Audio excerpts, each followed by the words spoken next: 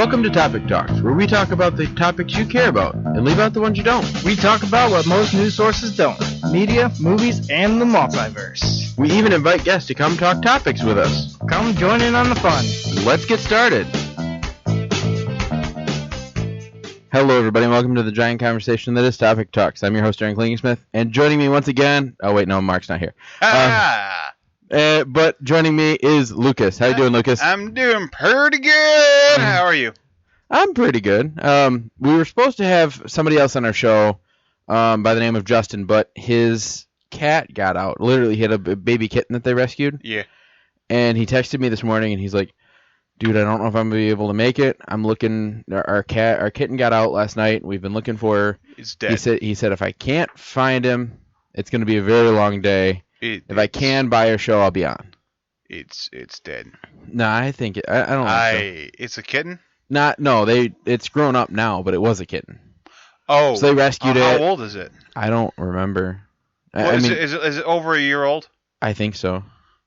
Oh, it's gone. Why? Oh, it's just because it's gone. Oh, okay. 9 times out of 10, it's gone. Right. Anyway, so he's out kind of looking for that. And he's there doing that thing. Well, that's what he as he should be, though. Right? Yeah. No, that's something that he really needs to do. Yeah. And so that's why I'm like, you know what? No big deal. You and I got this. Of course. So. What more do you need besides more people? More stories. Exactly.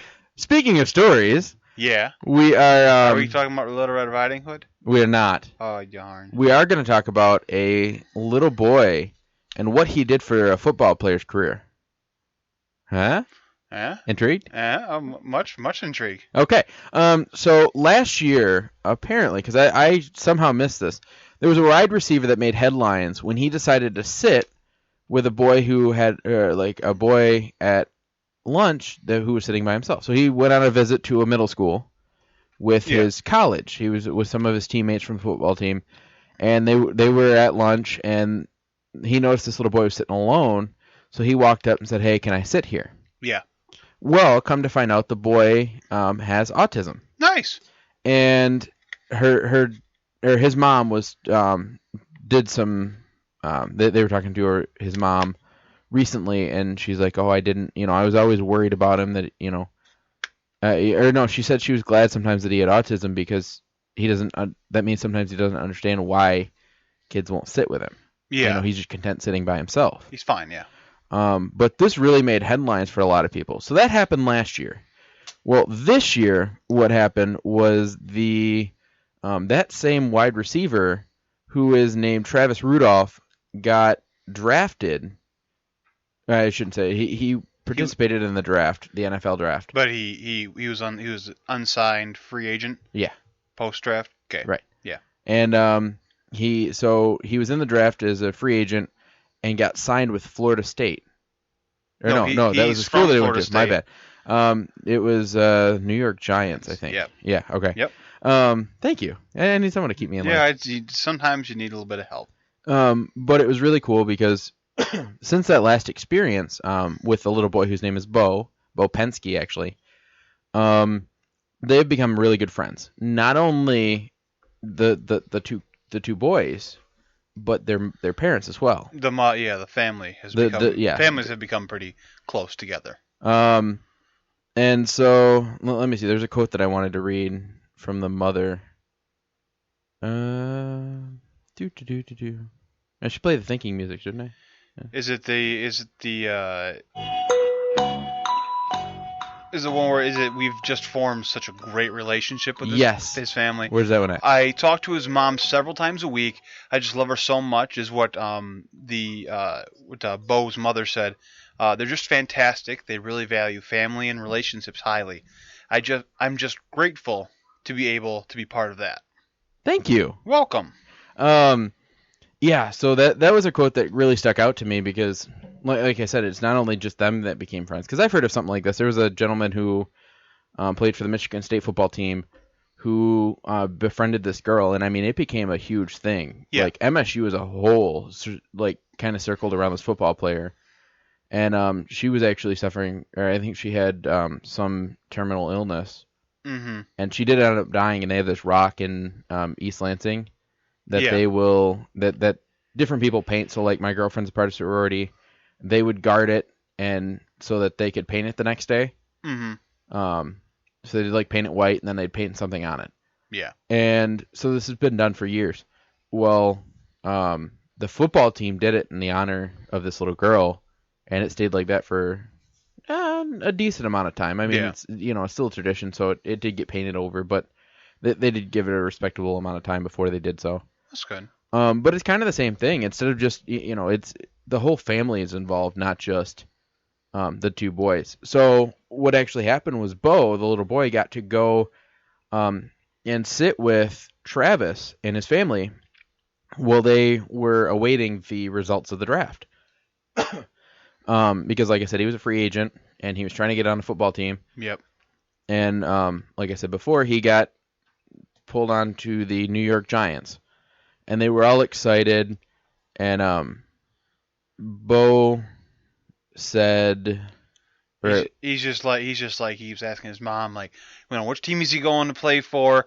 And they were happy that they were able to tell him, oh, hey, he's going to go play for the Giants. And the kid just goes absolutely wild. So man, you're doing better at this than I am. I am just on fire. I am so tired. And you're on fire. And I'm on fire.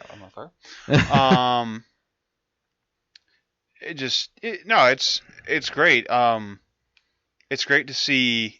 I mean, as someone who used to play for a college team, every program has either it's NCAA rules where you have to do some kind of community service, right? And I'm always happy I'll admit I was terrible at it. Awful. I was bad. Right. Luckily there were guys that picked up the slack. But I'm always glad to see when things like this go so well and so right. Right. That they supersede the mandate that you have to go and do this at this middle school, or you have to do this, and the players just take it and they run with it and they make it 10 times better than it could have been. Especially because I said before, right now is not a good time to be an athlete in the United States. Not at all. It is a terrible time. And for people that don't get what I'm coming from, obviously for most high-profile athletes, you have the money, you have the fame, you have basically whatever you want, you usually get. And depending on which sport you are in, that's less and less and less. Right. With WNBA kind of circling near the bottom.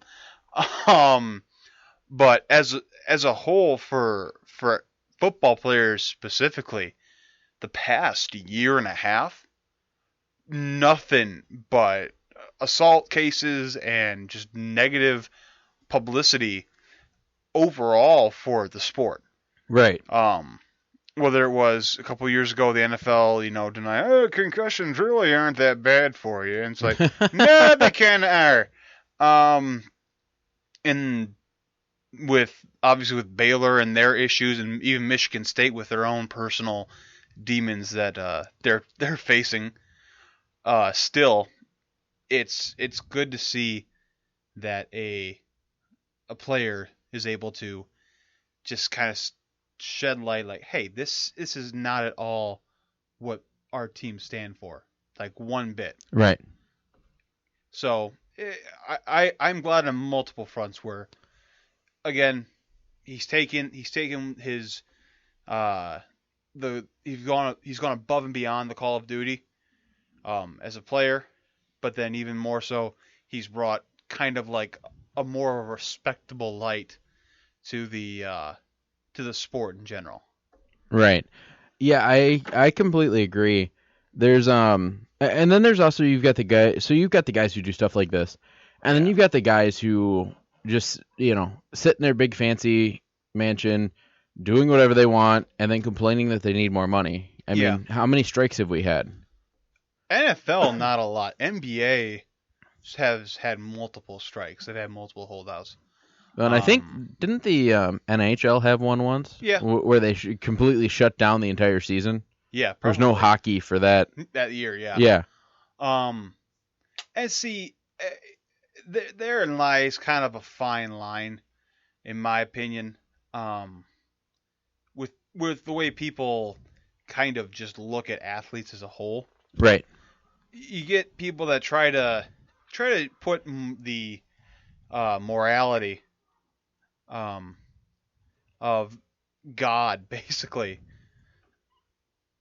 on these athletes. Right. And when they fail that morality completely, you get people that just completely drop them from the radar. Just completely say, no, screw this guy. Right. He's a piece of trash. He's always been a piece of trash. It's like, no, last year you were moving. You were not moving. You were cheering and screaming him on. Right. When he was doing great, and now that he's messed up, now you're crapping on him. Same thing kind of went for if anyone knows football people at all. Odell Beckham Jr., who's a receiver for the New York Giants, Right. and Rob Gronkowski. Right. And there's a whole little big thing with him. A little big thing. And it wasn't between the two of them. It was how people were analyzing the situation. Right. And unfortunately, race got called into it at a point in time.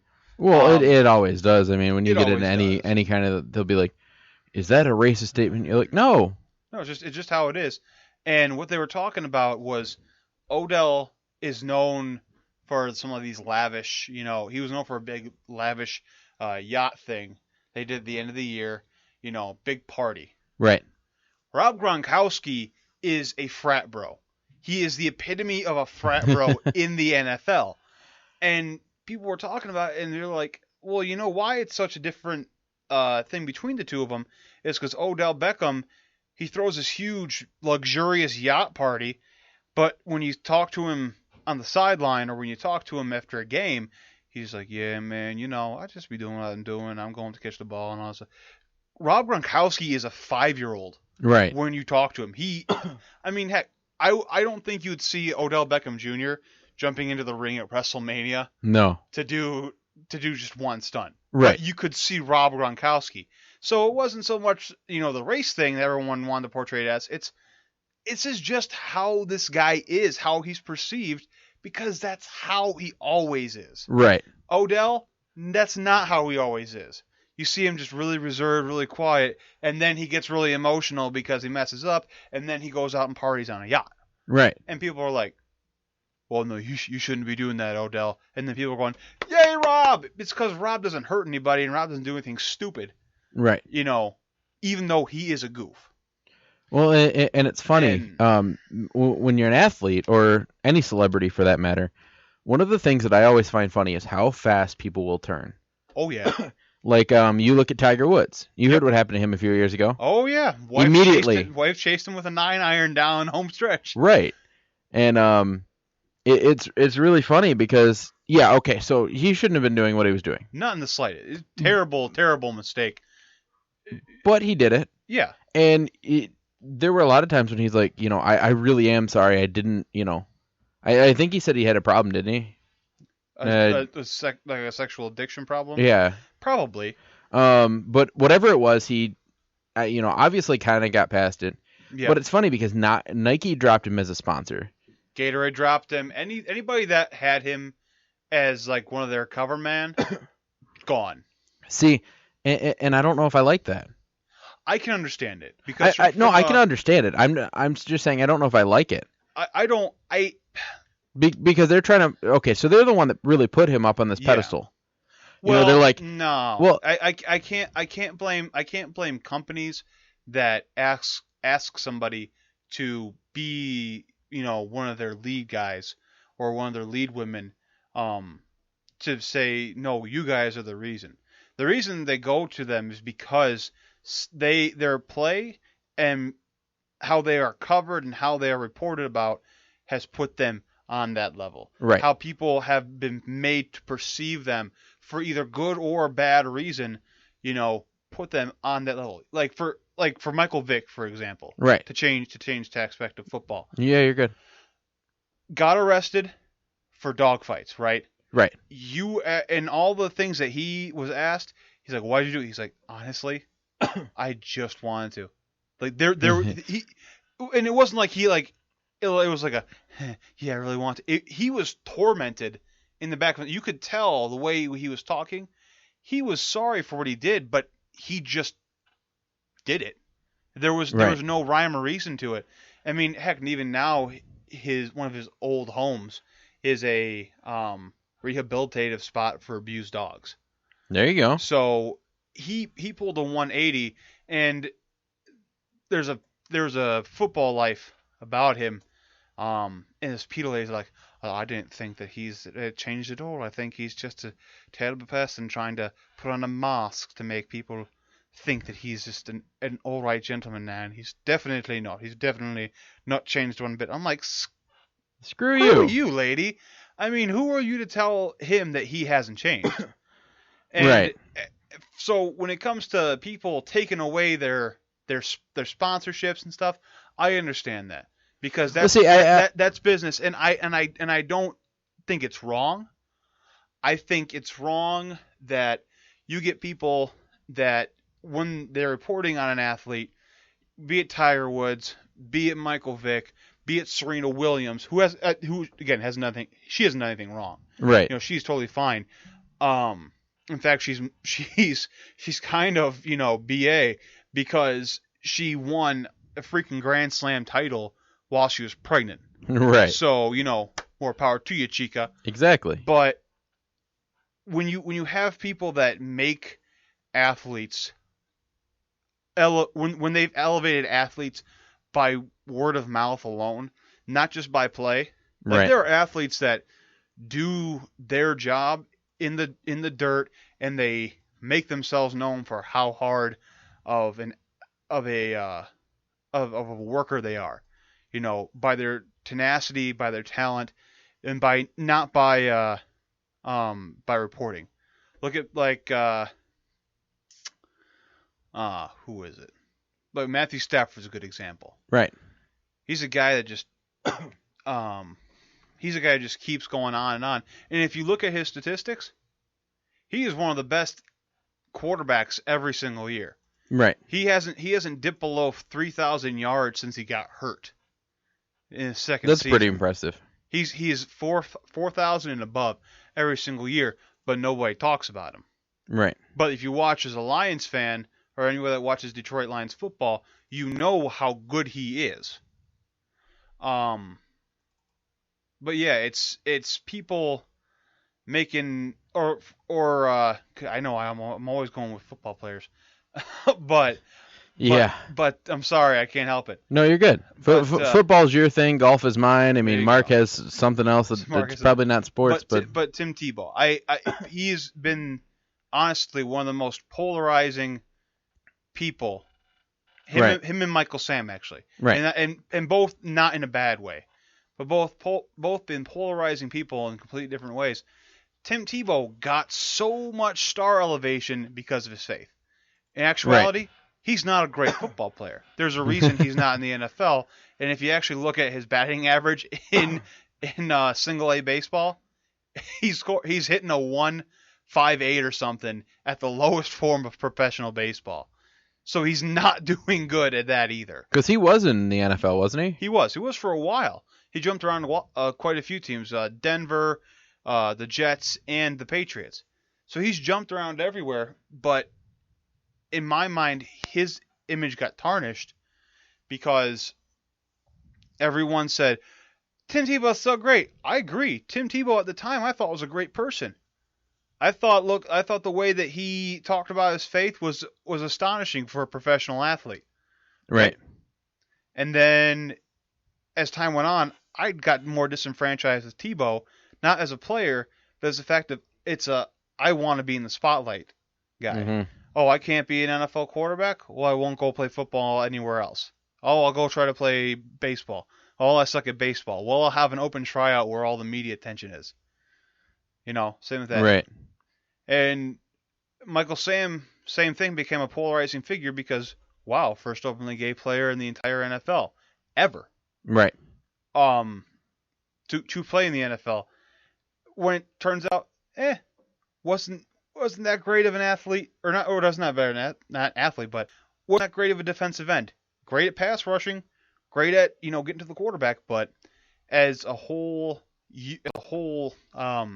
put together player, he wasn't that great, and that's why he's not in the NFL. Right. But he became so polarizing because of his sexuality, and not necessarily part of it his own fault, and other part of it not his own fault by people just hounding it over and over again. So yeah, I mean, to track back to what the real discussion was about, putting an athlete on a pedestal and then saying, "Oh well, he's not not actually that great because he's kind of a jerk." Well, yeah, if he messes up once, there's gonna be a character flaw that happens. But if he keeps messing up, okay, yeah, you can judge him then because he keeps messing up. Right. But to take a hit on a guy or a girl that just messes up, I mean, Everybody messes up. Nobody's perfect. No, it's not right to do to anybody. So I am glad to see this guy, this young guy that went to the Travis Rudolph who went to the Giants. I'm just glad to see that he's showing that there is still the side of football and of sports that does actually legitimately care about people that are coming to see him, people that have faith in him as a person and as a player. Yeah, me too. I'm really, really happy with, like I said, that's why I chose the stories, because I'm so tired of all these, either the celebrities doing something wrong, yeah, and people just going, he sucks anyway. Yeah. And then you've got the other guys who might actually be good or aren't that good, yeah, and get paid more, and they're doing everything wrong all the time, and everybody's like, oh, they're so awesome. You know what I mean? Yeah. Because there's even some of that going on. Oh yeah. You get a huge athlete, and they could be doing horrible things. Oh yeah. And then you're like, they're so great, because I went through a phase, kind of reeling it back to Tiger Woods. Yeah. I went through a phase where I'm like, you know what? I lost a little bit of respect. And you should. And again, if it's a one-time incident, but with Tiger, it was a multi-year, multi-woman affair. Right. And that's where he lost big points. Well, and so I'm kind of like, you know what? And I tried to get his autograph because there used to be a big tournament right by my house at a place called Warwick Hills. I used to go every year. It was Buick Open. It was sponsored by GM, and and I would stand. There was a line, and when everybody would get done, most of they would go in and turn in their scorecards. Mm-hmm. And then there was a back door, and then there was actually the part where you go through and sign autographs and stuff. Yeah. And 90% of the players would walk through that line and sign autographs. And then Tiger Woods was the only one that walked in. He's like, I'll be right back. He walked in, walked out the other door, never saw him. Really? Yeah. That's terrible. Oh, he's bad. That's not right. And so I already kind of lost respect for him due to that. Yeah. But then this came out, and at the time I was working at a restaurant, and the restaurant I worked at, there was a gentleman who's actually really a decent friend of mine. Yeah. And he was like, oh, Tiger's so awesome. He was like Tiger's #1 fan. Yeah. And totally changed his mind view? No. Really? No, not at all. Wow. He didn't at all. And I'm like, you know what? I'm like, I lost a little bit of respect. And it was like I was, cursing the devil because... It's like you were crucifying Tiger Woods. Pretty much. And I'm like, no, I just lost respect personally for the dude because he was, putting his things where it didn't belong. Yeah. People got to learn to separate an athlete from a person. Yeah. What they do on the field shouldn't distract you from what they do off the field. In most cases, it doesn't. Right. But there are other cases where people get distracted from off the field issues and think that makes them a bad player. Right. No, it just means they have crappy character in some circumstances. But doesn't mean that their athletic value has diminished at all. Right. Yeah, no, I totally agree. And most people will be able to forgive a crappy character if the on-field prowess still stays. Right. Like No. If it doesn't affect what you do on, whatever sport, whether it's the golf course, football field, baseball diamond, whatever, as long as your personal affairs do not affect what you're doing, you're not going to have a problem. But like Tiger Woods, they majorly affected his skills. Oh yeah. He dropped. He tanked. Really bad. And it's and that's like I said, I had already heard not too many good things about him from a lot of people who tried to get his autograph. Yeah. And then me like going myself trying to get his autograph and just kind of getting blown off like that made me lose some respect as well. Mm-hmm. And I don't know. I can't. No, I understand where you're coming from. And it's the same thing with guys like Pete Rose.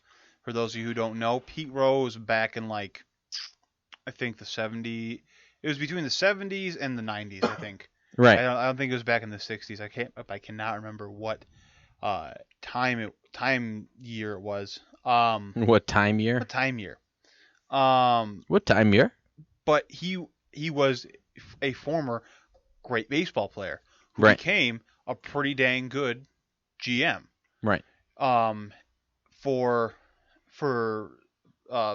baseball teams, and what he did, the issue that he had was that he started to bet and place bets on baseball teams, and not just any baseball team. It was on his own. Right. So what he was accused of either throwing or going and kicking butt on a game in order to win extra money. Because if he lost, oh, well, I still get paid. But then if he lost and he bet on his team to lose, big money, big money, big money. Right. And he's not allowed in the MLB Hall of Fame. He's not That's allowed, serious. Yeah, he's not allowed in Major League Baseball Hall of Fame. However, he's starting to, kind of come back. And people are asking him, I saw one interview with him, he's like, I really don't care at this point in time if I ever become a Hall of Famer. Right. I want to be friends with baseball again. Yeah. I want to be friends with the MLB. I want to be friends with players. I want to be involved because it's a sport that he dedicated his life to. It's Right. something that he put a ton of effort into and then was completely taken away justly. Yeah. For messing up and being a jerk. But I think there's a certain amount of time for stuff like this where your sins are kind of atoned. Right. Where it's like, okay, he screwed up, all right, but whatever he did it affect baseball in the long term? Did it affect players in the long term? Did it affect teams? Answer, no. What he did has really no bearing on what happens in baseball now. There's still bets on football and baseball and basketball and golf and every sport underneath the sun. You just don't hear about it. Right. Well, yeah, and athletes are forbidden to do it anyway. Some do, which they get in trouble for when it happens. But the only reason he got kicked out of the MLB and out of the Hall of Fame talk was because he was a general manager. Had he been a player, been like, we'll give you won't be able to play for a year and you get no money. Right. Okay, well, that's great. I already have $100 million from last year. So I'm pretty set for this year. General manager, getting completely kicked out of baseball. I understand that. Yeah. But I think there's a time where the penance has been paid. And Totally. And you need to come back. I would totally agree with that. There's just... and you know what else that bugs me? Huh. When something has been going on for a long time, Mm-hmm. and then everybody knows about it, but nobody says anything. And then when the one person gets caught, everybody turns on him. Like, as in the crowd. Like, Oh, yeah. I know what you mean. they're like, oh, I hate that person. Well, you pretty much knew what was going on. Yeah, don't act stupid. It's been going on for years. Yeah, it's not a surprise at this point in time. Like, there were probably old guys sitting around going, yeah, he's been doing that for a long time, and they'd sit there and chit-chat about it, but nobody would ever Say anything. And Yeah. then the one person gets caught, and they're like, oh, I hated him from the beginning, but yet they were cheering about him, 2 minutes ago. Yeah. That's what it really bugs me. Yeah, the quick turn of fans to turn on somebody. Yeah, It's a zero turn radius. it is. It really is. It's like an awesome lawnmower. You know, there's no waiting. It's just boom, spin around, and now we hate you. Yes, And and that just makes it hard on athletes. it does. And it makes it hard on people in general when that kind of stuff happens, especially on athletes, because you're in the public eye. Yeah, You know, but that's not to excuse them when they do wrong. well, and then you go into you get into celebrities, and celebrities, it's kind of the same thing.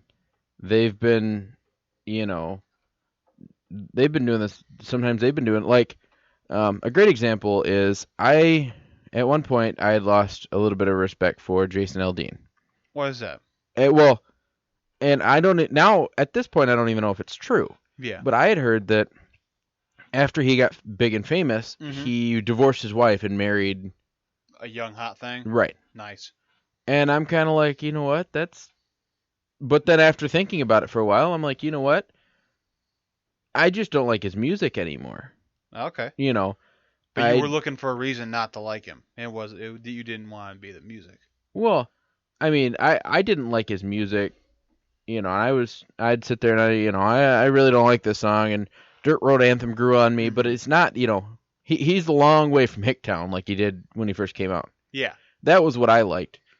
But I'm sitting there one day and I have this revelation. I'm like, wait a minute, this has been going on for a long time. Mm-hmm. Why am I just now getting upset over one person that did it? And I caught myself doing that, and I'm like, okay, you know, I'm going to cut it out now. And, you know, if he comes out with music that I like, you know, I'll listen to it. If he doesn't, great, you know. Yeah. But I caught myself doing it, and I almost wanted to kick myself just because it's like, really? And now that changes because, I mean, I don't know how many out there watch professional wrestling or nothing, but everyone knows the name John Cena, right? Right. Everyone loves John Cena. Why? Because, you know, He's John Cena. He's John Cena. He's a nice guy. He does the right thing. He's always there. He's a Superman kind of guy. Right. Guess what? On tour with WWE, cheats on his wife. Recently? Oh no, this is a long time ago. Oh, okay. When he not a long time ago, probably about 10 years ago. Right. His first wife cheated on her. What does he do later? Divorces her. What does he do with the girl he was cheating on her with? Breaks up with her, moves on to somebody else. Right. You know, and so when you see that, I lost respect for him as a person, as well as, you know, the person he's trying to portray as a wrestler. Right. Because you try to have this guy whose whole motto is, you know, do the right thing, be a good person. And he's out there sleeping with. He's a complete and total flooze. It's like, no, you can't show me that. You can't pretend to be that, especially for kids. Right. And then be a tool.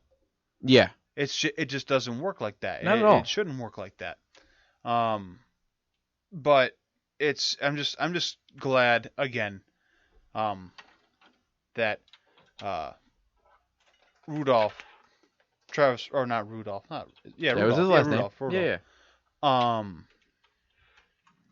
Was able to, you know, be like, hey, I like this kid, and he didn't do it for the best thing I like. He didn't do it for the publicity. No, I mean it doesn't seem like it. He did it because he thought it was the right thing.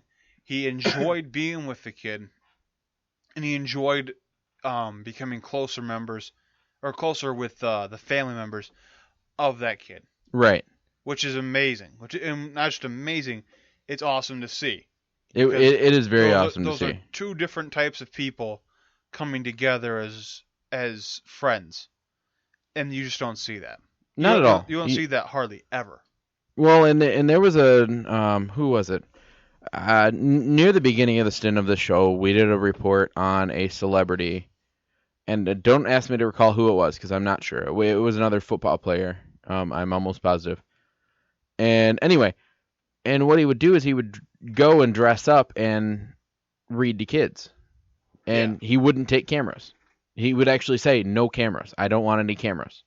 Once they found out he was doing this, because he was doing it in private. He didn't announce it. He just went and did it. And then when when they found out, he said, he let one camera in at one point, and he's like, I'm not doing this for the publicity. I'm just doing this to do it.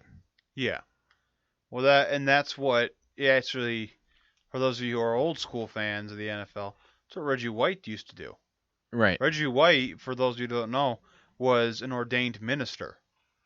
That's why he got the nickname Minister of Defense.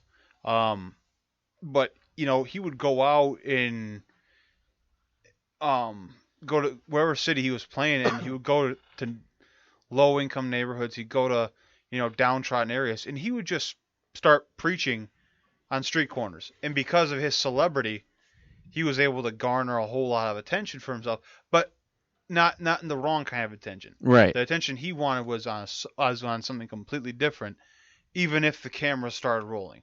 He didn't care. Well, and the thing is, the key is he didn't bring the cameras there. No. He just went out and did something that he thought was right. Right. And that's what I love. That's the aspect that I love versus the people who go out with a camera.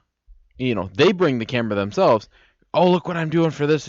Look what I'm doing over here. Look at me. Look at me. Oh, no, don't But then it's like, okay, well, when you turn off the camera, what are you really doing? Don't look at me, please. Don't look at me. It's kind of like there have been several movies who have done this where it shows like a celebrity or a fake celebrity on this show. Yeah. So like the celebrity on whatever show it is, they go on and it's what I'm talking about, like when you're watching a TV show and they've got one of like their celebrity, so like the people the characters you're watching are watching TV. Yeah. And then they see someone on their TV show, and you see him loving on this dog, and then it kind of pans over and you're on the set, the camera stop rolling, they're like, get this hideous thing away from me. Yeah. It's kind of the same concept. Usually they're talking about each other. But it's kind of the same concept where it's like, they're fake. Yeah.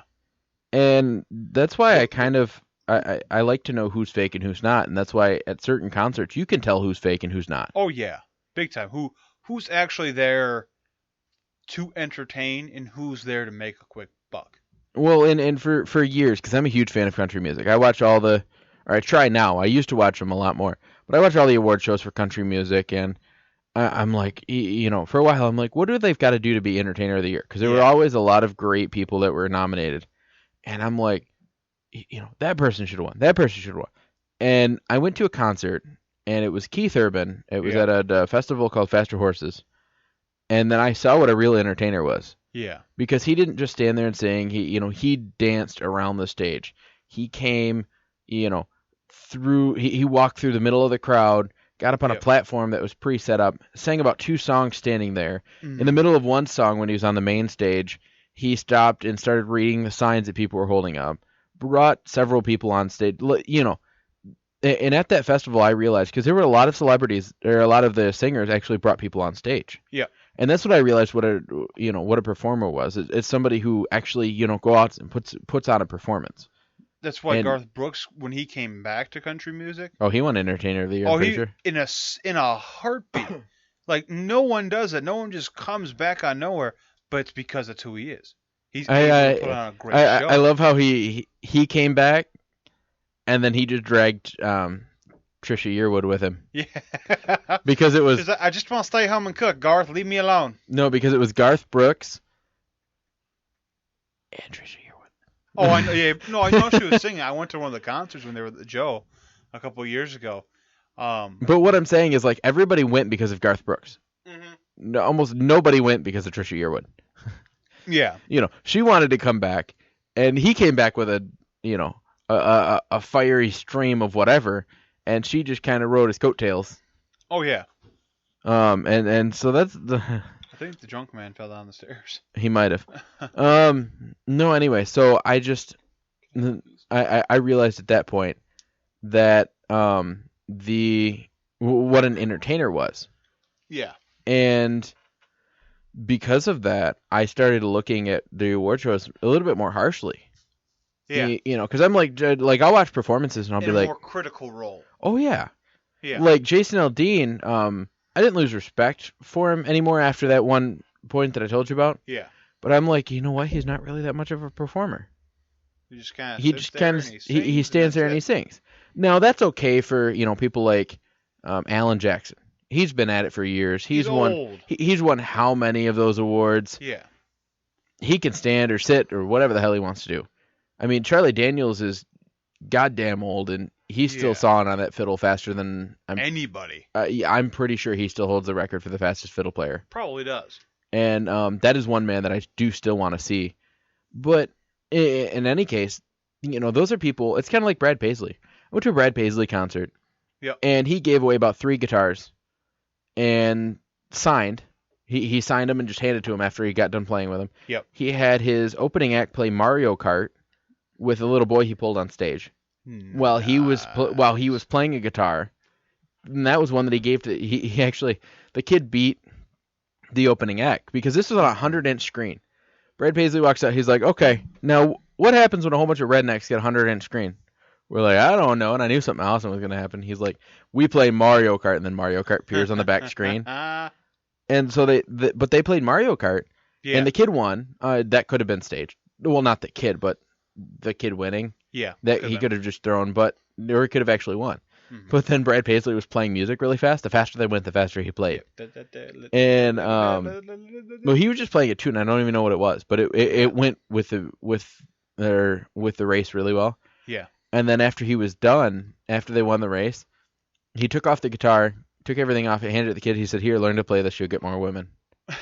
And but then they walked the kid off the stage and took all the electronics off the guitar, like the wireless. That was theirs, yeah. The wireless stuff that goes to the speakers, and then probably put it in a nice case for them, because usually when they give away guitars, they'll put them either in a case or in a box. Yeah. But that was a show. That was an entertainer. And then you've got people who go around, like I said, like Jason Aldean, who just kind of stand there. I mean, you go to Luke Bryan's show, and a freaking truck rolls out of the stage with him on it. Like one minute he's standing on the stage, next minute he's standing on top of a truck. They blocked off they debadged the car so you couldn't tell what kind of truck it was. Uh-huh. But I mean, that's a show. And I mean, even without, because that was the only kind of huge thing that he did while I was watching him. That but he was all over the stage. He was very present. He was still sang like he does on his records, which is a big for me. Yeah, that's huge for me. And then I go to Ariana Grande concert, and she's got the whole her stage moves up and down, and but her stage was doing more moving than she was. Yeah, and I think it's her platform shoes that she has. She has platform heels on. She's a small little person. Well, and she had 50 costume changes. I'm like, okay, you've got everything there, and your voice was spot on. But you need put on a pair of tennis shoes and run around that stage. You need to do. That's more. what I'm looking for. Yeah. I mean, you want to see someone who could perform. Right. Watch Tina Turner. Go back, watch Tina Turner. I sing. believe it. Oh my gosh, this woman would sing and dance and do things that you watching her do live. You were like, how in the heck can you do this? How have you not passed out? Well, and it's kind of like you go back to the 90s and you look at the Backstreet Boys. Those dudes were all over the stage. Didn't matter how big, how little, with choreographed stuff, a little bit of, but I mean, they would raise out of the stage. They had all the bells and whistles. Yeah. They'd raise out of the stage separately, and, all these different things, but they were all over the stage. They sang like they did on their album. You go to you watch anything about Hilary Duff. Hilary Duff was a little less so all over the stage, but she still had she was very interactive with the crowd. That's another thing that I really like, is when someone is very interactive. When you get with the Disney and you get with the boy bands, though, that's a little bit different. Because they work on that with them. Right. I remember it was on YouTube, and I'm looking up bands and stuff, and this little behind the scenes One Direction thing is on there. So I click on it, and it's them learning how to be interactive. Right. How to do these things. And so, and it depends on the genre, it depends on the performance artist, um, how they do it. But with a lot of the boy bands and a lot of Disney stuff, they have to be taught to go in and do that. I feel like somebody should teach more of the celebrities that. I wish they would too. I do, because it would make stuff more fun. But at the same time, it's the ones that you can kind of tell that don't just do it robotically, but do it authentically, Right. that tend to get the biggest reaction. Well, and like I said, going back to the Backstreet Boys, yeah, they were rehearsed, Uh-huh. but you can tell that they did it all the time. It kind of came natural to them, Mm-hmm. and that's what was nice. Like I said, it was, Ariana Grande was like, "Are you having fun, Detroit?" She said the word Detroit more than any artist I've ever heard. Yeah. And that's great. I love it. But it was like, "Are you feeling good? How you doing? I'm going to sing this song." Where you've got, and then I went and saw Bon Jovi. Yeah. Bon Jovi had some pretty sweet effects. Uh-huh. Like they had this, it was almost like a sheet, but you could see through it. Mm-hmm. And they had like a house projected on this, because the name of their album is "This House Is Not for Sale." So that same house was projected on the screen, and you had Bon Jovi was in the doorway. His one of his guitarists was in the window. His bassist was in the other window. His keyboard was in so they were all in a window of the house, and that was a pretty cool effect. And you look at Bon Jovi, he's running from one side of the stage to the other, to the front. Because he had how most of them will put a big screen up behind the stage and they won't sit anybody there? Yep. There were people sat all the way around the Joe. That's awesome. And he ran around to the back of the stage. They had like a little platform for him to jump up on the back of the stage, said hi to everyone. He's like, "Sorry, but you're going to have to be looking at my butt." And joked with them. And, he's like, "I'm sorry, you got to look at my butt the entire time," or something like that. But a 360. Yeah. Completely, all the way around. I was amazed. I'm like, how does he do this? It's talent. It's But- natural talent, and then just Well, work. and yeah, he said Detroit, 2-3 times.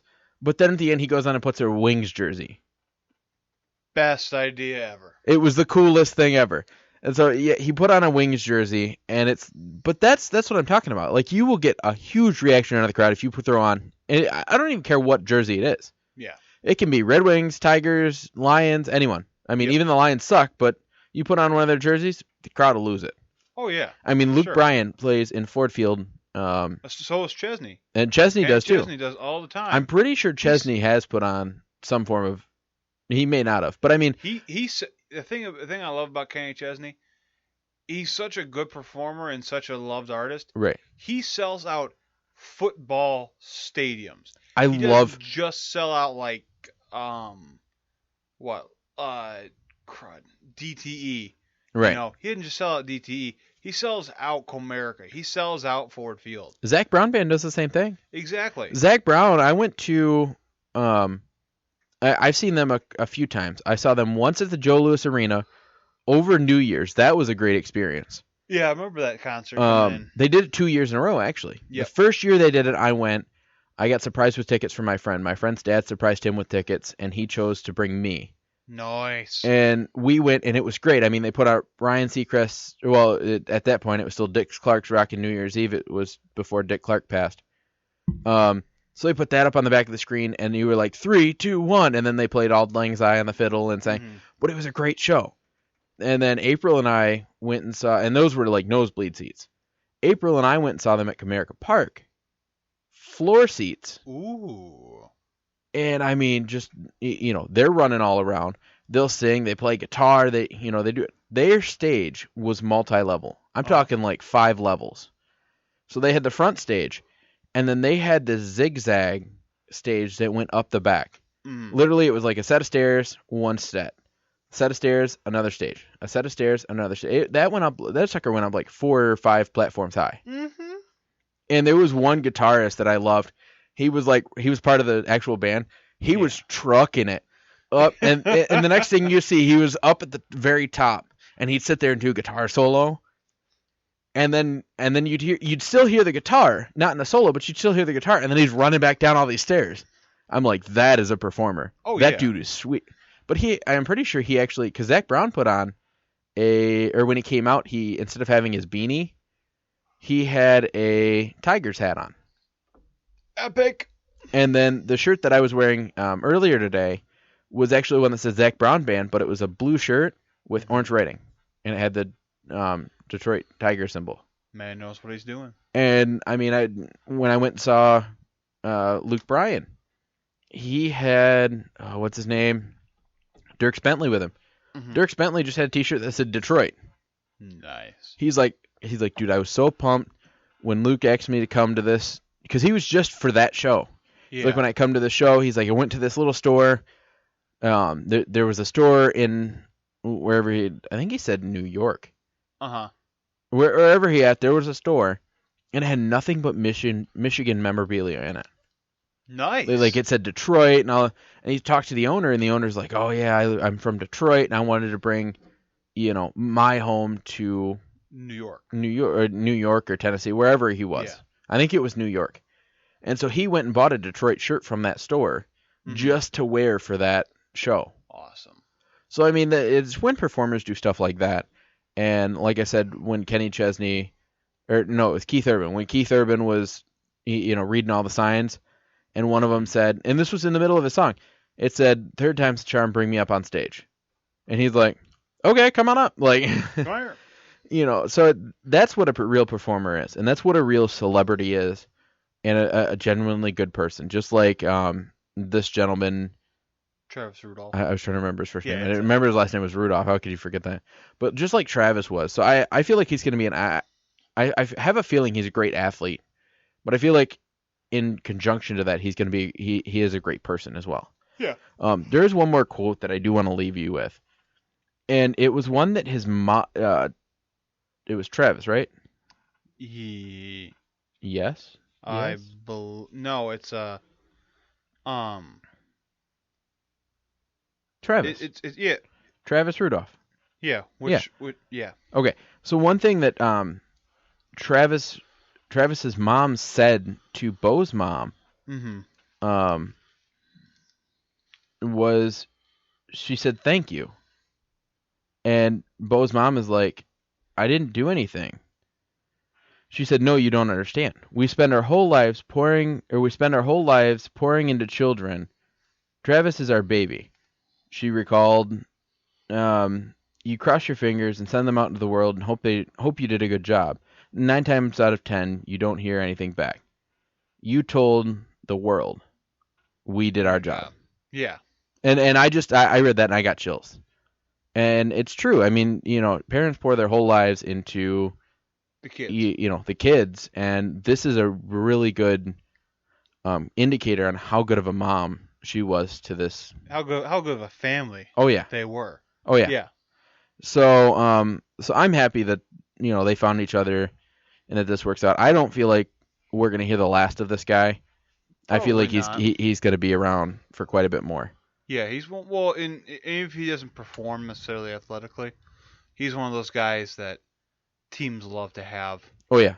Around them because it makes the team better. Right. In some way.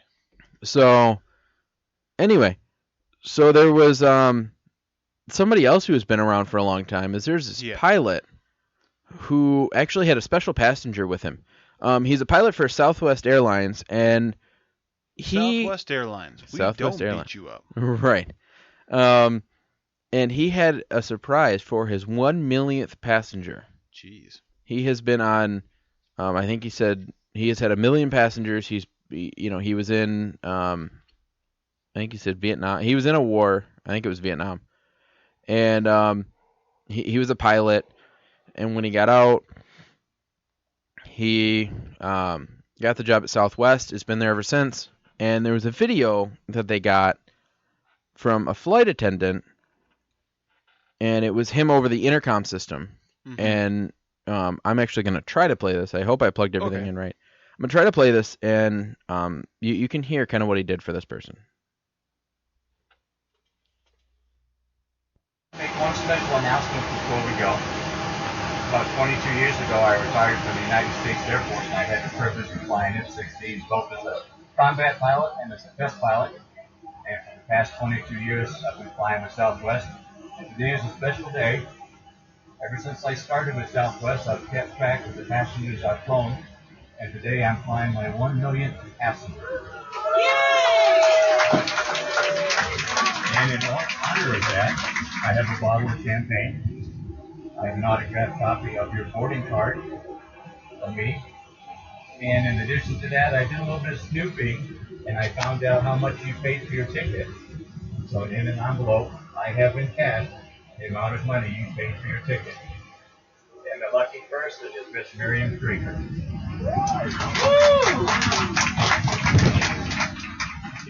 Yeah, so he paid for their flight.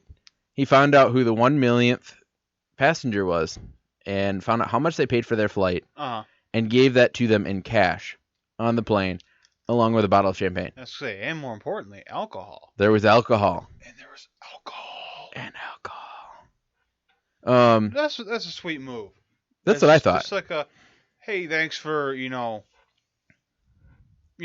just thank you for, flying with me. Right.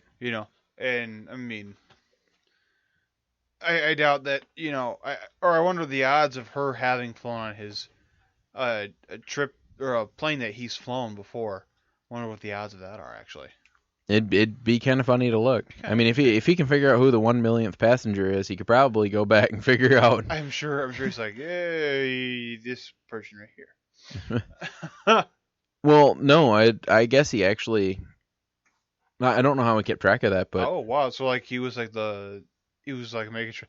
Okay, which one? Well, it was probably. He's like looking at like booking. He's things. probably known exactly how many flights he's done. Yeah, for sure. And how many people were on each flight. Mm-hmm. And so then from there, he'll just go in order. Okay, well, we're at like, or he'll just count from there. He'll be like, okay, so it'd be this so many, or this person signed up before this person, but after this person, so that's it. Yeah. So, anyway, I just thought it was a short little thing, and I thought it was awesome. It was him celebrating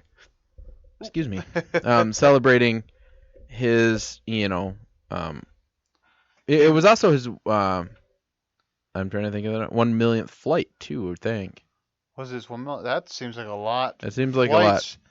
A lot of flights for that many passengers. Right. Unless maybe not. Anyway, well, no. So anyway, but anyway, for him to celebrate that and share it with the person who happens to be his 1 millionth passenger is actually really cool. Like That's I said, awesome. It was just a sweet little thing that I found and I thought would. You gotta love the sweet little things. That's what she said. Haha. Haha. But you gotta love them because that's the only thing that keeps you sane. Yeah. You're seeing the nice things that people do for one another, at no cost to themselves. At no cost to themselves. No cost to themselves.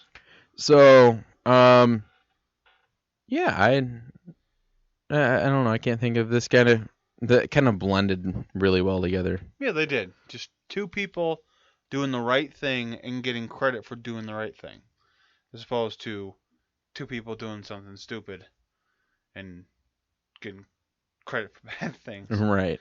It just adds to the madness of Mondays. Movie Madness Monday! Movie Madness Monday.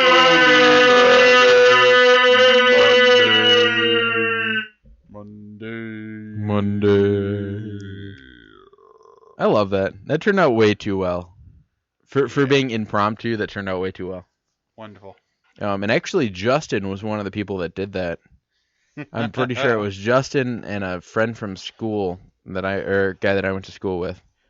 Anyway, so that moves us on to Movie Madness Monday, where we are going to talk about Guardians of the Galaxy. Woo! Yay! Number deuce. Number 2. Yeah. So, a little bit of a funny story before we get on. I was listening to Pandora. Yeah. And I'm like, I wonder what the Guardians of the Galaxy playlist would be. Not thinking about, what the soundtrack was. Playlist? No, what the soundtrack was. Yeah. And so I went on Pandora and I looked it up. It's all oldies. I'm like, yeah, that fits. Uh-huh. I love how it was a movie, literally about old. Like the entire soundtrack was old music. Yeah. So I mean, to be honest, it's amazing the movie got off the way it did to begin with, because this series was not by any stretch of the imagination a hit for Marvel in the comic book universe. oh yeah, It was a flop after a couple issues. So the fact that one just kicked butt as hard as it did, right. I mean, hopefully that means number 2 is just Baby Groot means that number 2 is gonna just rock. kick it. Yeah, you're Because probably I right. can't walk into or out of an FYE without going, I want to buy a Baby Groot. Because they've got a little statue, and then they've got like a little flower pot, like when him in the flower pot and dances. Like, I want Baby Groot so bad. Anyway, so the director of the new Guardians of the Galaxy movie made an actual heartfelt post, and it's rather lengthy, and I might read it all, I may not, because it is in several sections. But he talks about how he spent the past 2.5 years making a film, and probably a good 95% of it with non-sleep during that time. And sometimes it seems like it comes down to those few weeks when they release it in the theaters. And he says it's harrowing. He said the movie is doing incredible all over the world, and nearly 50% over the first film in most of their territories. And a breakout in countries where it didn't do well the first time. And he says, hi, Korea. But he says that he's exceptionally proud of how well it's doing in countries that he's visited, and he's made many friends over the span of his career, being Thailand, Brazil, Colombia, Russia, the UK. I guess they've all been very gracious to him over the years, and he's had great interactions with all of them. And so he said he wouldn't be lying if he didn't get distracted by the numbers of, when they open worldwide. But the first thing he does in the morning is roll over in bed and check his phone to see the box office reports. Oh, jeez. But in the end, it's not what matters to him. It's he wants to let everybody know that and to remind himself that he is human, and sometimes he does forget that. And there's more to the message, but just that part alone is pretty heartfelt. I mean, he's kind of just writing it to, and he does get pretty deep later in it. He talks about how sometimes he has suicidal thoughts. He feels alone, and it is difficult for him.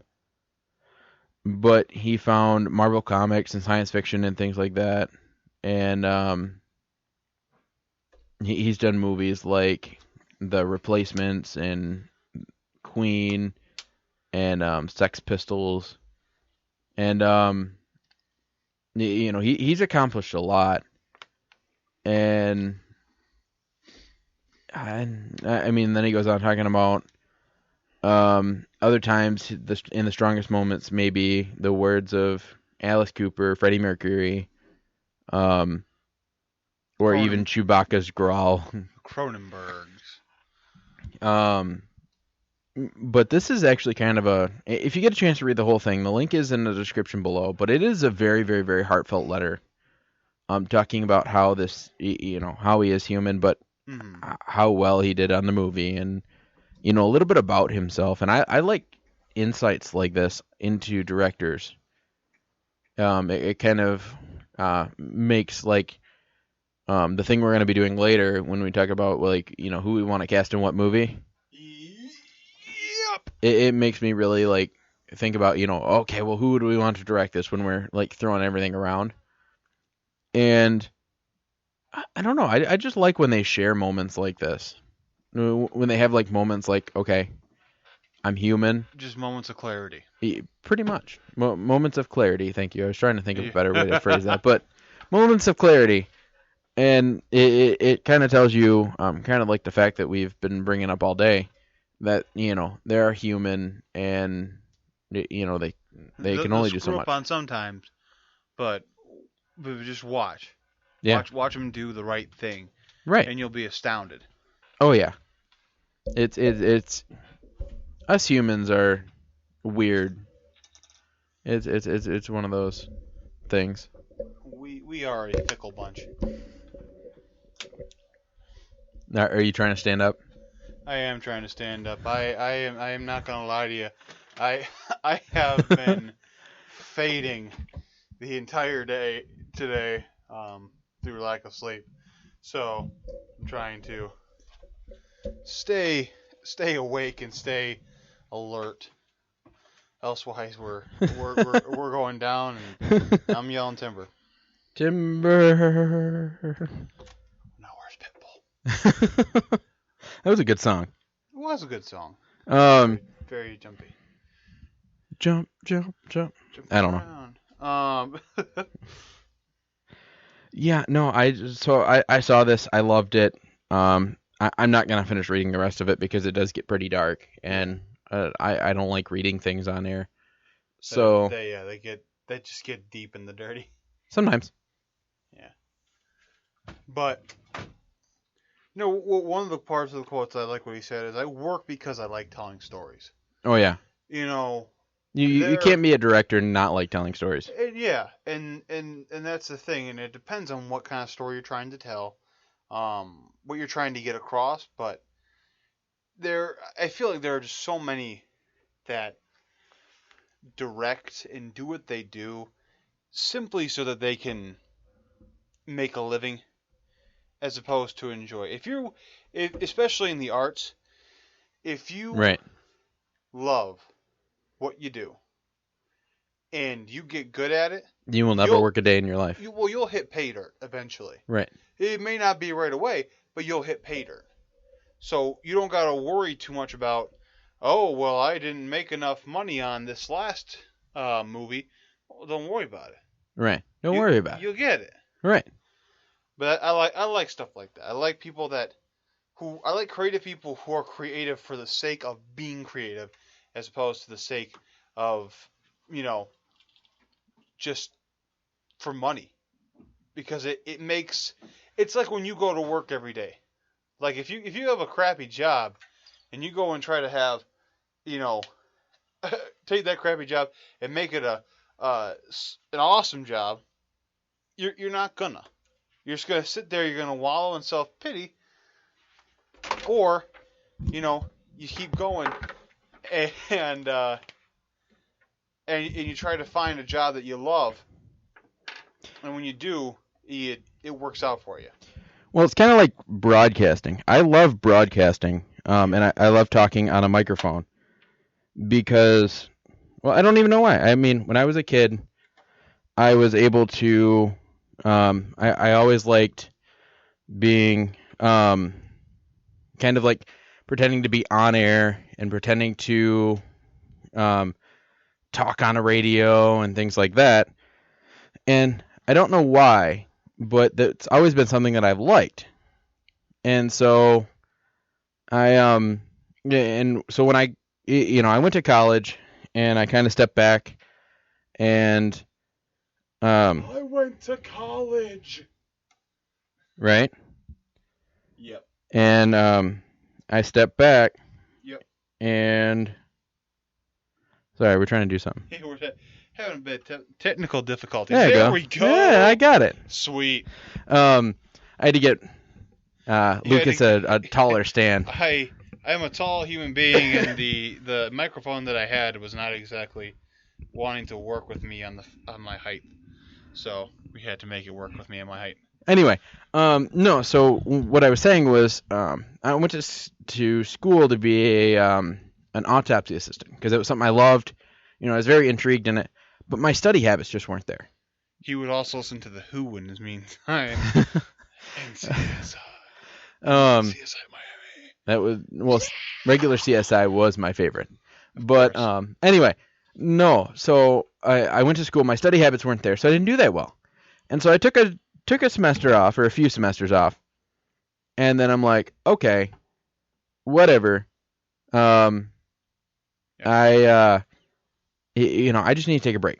So I took a break and I went around and my girlfriend's like, well, why don't you at least look into radio? Yeah. She's like, you talk a lot. And I'm like, thanks. But she said I'll agree with that statement. But she said you love music, and to tell you how much I love music, so when I was younger, I grew up in the era of like MP3s. Yeah. MP3s, iPods, all those were coming out. Mm-hmm. And all my friends, because I went to a rich school, had iPods. Yeah. So I went to my grandma and my dad. I'm like, I want an iPod. Everybody else has one. Why can't I have one? You got it soon. And I don't remember what it was. It was just an off-brand from Walmart. But that's what I ended up getting. I got a generic just MP3 player from Walmart. Yep. And I complained about it in the beginning.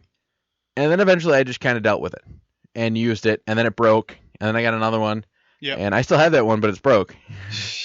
And then finally my aunt had bought me an iPod. Yeah. But I went through that and I'm like, but my music was important. My dad's like, well, why do you need to, I've got CDs for you. I'm like, to put what in those little tiny dinky crappy CD players that skip every time you move? Exactly.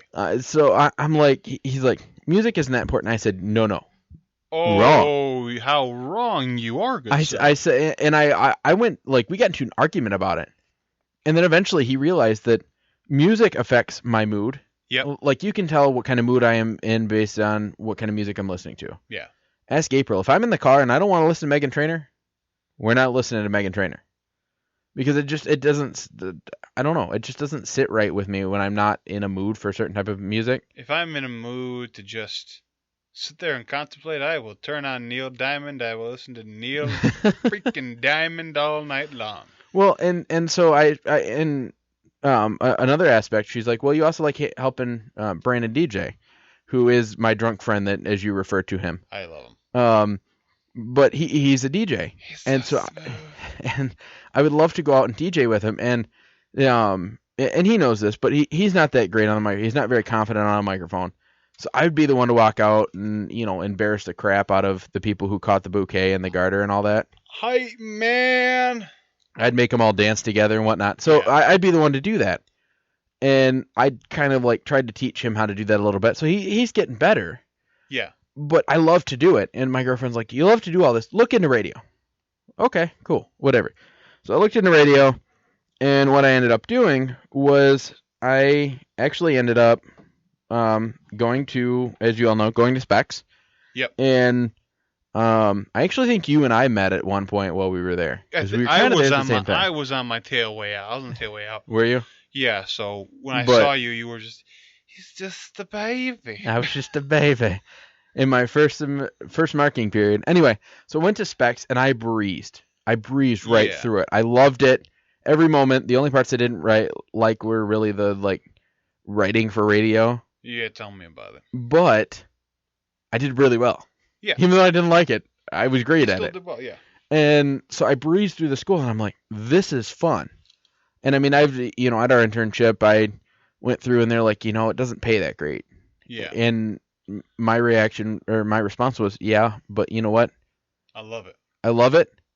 And if, everybody's been telling me all my life, if you love what you're doing, you'll never work a day in your life. Exactly. And I'm a pretty lazy guy. I don't want to work. I want to do something that comes naturally to me. Now, Not saying I'm not going to go back and do the autopsy assistant thing, because, I still am interested in that. Yep. But Specs, because of how they were structured, they kind of boosted my study habits. Yeah.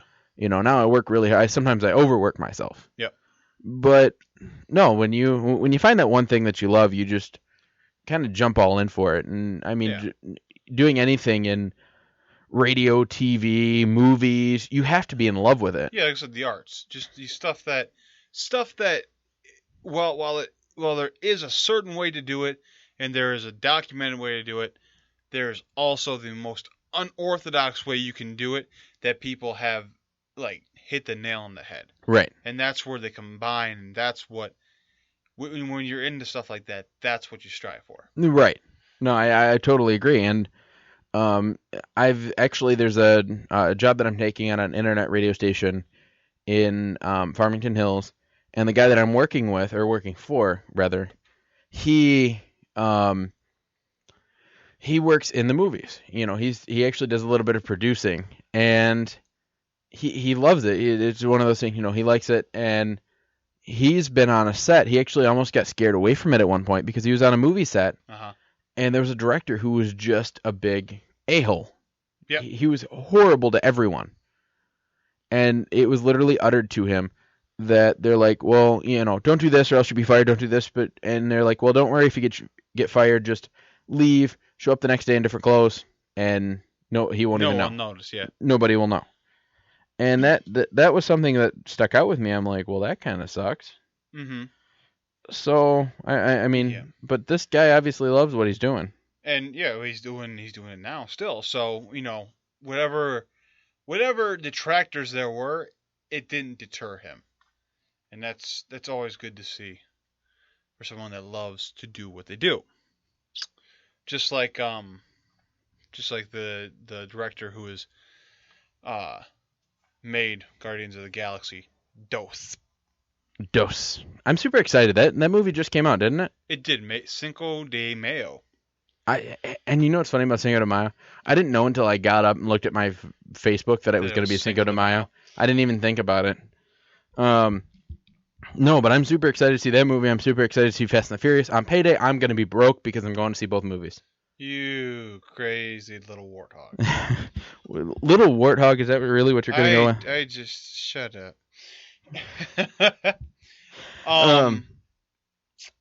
No, but all this talk of superhero movies has inspired us. Unfortunately, Mark is not here. He was in on this. He was in on this. He did input, or did give input. But now that we're here, we can trump his input. Oh, exactly. But if you listened to us last week, you would have heard us just going on and on about what would we do differently in a superhero movie. And it was what movie did we do last week? We did a new Batman movie. We did a new Batman movie, exactly. We cast it right on the spot, and I think it was a pretty bang up job. Me too. And so after last week ended, after last week's cast ended, we sat down afterwards as a group, and we put together... Hold on. Wait for it. We put together... the Justice League movie. Woo! Obviously, if you know, it has already been announced. Crappy cast. Yeah. He's just upset. I am horribly upset. He is what we call butthurt. And I'm not butthurt. I'm just I don't think it's going to do that well. He is what doctors call rectally pained. and we have in front of us the cast for what we believe would be a better Justice League movie based on the animated series that came out when we were children. We know it would be better. We know it would be better with these actors. Simply because of the personalities they've portrayed in previous movies. Right. And how well we enjoyed them in those movies. Well, and their looks. Their looks did play obviously a lot of role into it. Yeah, but we didn't, We didn't completely base it on looks. We didn't put Stan freaking Lee, because he's a Marvel guy, but we didn't put him as, it's just Alfred. So we're pretty set there. But would you like to have firsties? Because I know the first guy that we had, you were insistent. You were overly pumped at the actor, but B, you had a raging fanboy about because this was a comic book hero that was left out. Oh, I'm so mad. Of the actual Justice League and then movie. They teased it. They teased that there was going to be someone from the Green Lantern Corps, but it wasn't going to be Hal Jordan or John Stewart. So it's just like a swift kick in the nads. It is. So when we got together, we sat down after the show, and we started talking. And I'm like, well, first off, we have to have a Green Lantern. So the first thing we casted was a Green Lantern, and I picked, or we all kind of agreed, Keith David. And if you haven't seen him, he played in the best thing that comes to mind is Agent Cody Banks. Yeah. And there was a picture that I found online of him, and I swear if you just turn his eyes green and Photoshop a Green Lantern suit, he would be a spitting image of the animated series John Stewart. Oh, for sure. And he like had that. verbatim. He kind of had like that mean look on his, like not really mean, but like strict look on his face. He had the mean mug. He did. And so I'm like, you know what? He would be perfect because like I said, Lucas said, we were going for the animated series just live action, which means you need to have Jon Stewart, and he needs to be, kind of a older gentleman, kind of gruff, war vet, very strict kind of fellow. For those of you who are wondering who he is and what he sounds like, if you are a fan of Disney, he was Dr. Facilier, the bad guy in Princess and the Frog. Right. He was that man. He's also the guy who does the Navy recruitment commercials. Yes. He does those. The ones with the giant red pins in the sky over top of an aircraft carrier. He's like, around the world. That's him. Yeah. And so all we hold dear. And States Navy. So I feel like he's got the voice, he's got the look, he's got a great career. He can play a strict character, he can play a funny character. So he has a little bit of everything. And so that's why I was very insistent that we have him. And we threw around some other ideas. We're like, oh, we could be this person. We threw around some. I think at one point we were like, Chris Rock could do it, and we're like, no. No. I said, who did I say? I said you said a comedian. I'm pretty sure. I probably did. I don't remember who it was. Anyway. I think it's a Bertie Mac. That would be terrible because he's dead. Right. That turned it into a zombie movie, not a superhero movie. Yeah, exactly. So after Keith David, right, one of the more abstract figures is Hawkgirl, right? Because she's not heard from much in comics or even later adaptations of the Justice League, right? Or in any kind of DC animated things. Well, and she's not even in anything current either. No, she's not. That's true too. Mostly because it's a difficult backstory, but the actress Karen Gillan. I hope I'm pronouncing that correctly. She's I hope so too. Me too. But she's English, so it could be weird. But she's one of the assistants for the Doctor in the Doctor Who franchise. She is. Well, was. It was. She no longer currently is, but she is the was. She's no longer has, but she is as a has been. She was the with the 11th Doctor, who was played by Matt Smith, for part of his reign until he switched over to who Peter Capaldi currently had until a few episodes ago. Either way. So she did that. She's also working on the new Jumanji movie. Okay. Which there were some complaints about that because they're like, oh, because her scantily. Yeah. They're like, I don't like her in booty shorts, and I'm like, why? Why not? I do. I'm okay with it. I'm okay. I'm good. I mean, just fine. But no, they're like, it's too risky, and I'm like, literally. I mean, there's actresses showing their boobs. You like Kim Kardashian? Are you serious right now? Right. So and I chose her because she is a ginger, so it does match that fact. She is drop dead gorgeous. She is very. Which I don't care who you are, but when you were a kid, at least boys, you had a little bit had the hots for Hawkgirl when she took off her mask. Yeah, and you didn't know why, and you felt weird for it because interspecies. But no, and so then, but she also had the factor that I followed her in the Doctor Who series, and she made me really fall in love with her character. I really loved her character, and her as an actress because I loved her character. Yep. If an actor or an actress makes me either hate, love, or feel indifferent about their character, yep, that makes them to me a great actor or actress. If I'm just sitting there going, that's Daniel Radcliffe. That's Daniel Radcliffe acting like not Harry Potter. Right. That and Daniel Radcliffe is a great actor. Don't get me wrong. Yes. I mean, he was in Now You See Me. Now You Don't 2. No, it was Now You See Me 2. It was Now You Don't. There's no Now You Don't. But it was Now You See Me 2, and I didn't even see Harry Potter. That was long off in the distance for me. Yeah. Because of his new wardrobe and how he looked, his haircut, because he jumps into his acting. Yeah, he is full bore. He doesn't take a step back when it comes to making his character. Well, and when he came out with his movie right after the Harry Potter franchise ended, I was talking with a teacher of mine. In actually a movie, it was called like movie literature or something like that. We were learning about movies as like a form of English. And it kind of took place for an English class. Anyway, I was talking to the teacher, and she's like, I want to go and see that new movie. It was that scary movie that came out.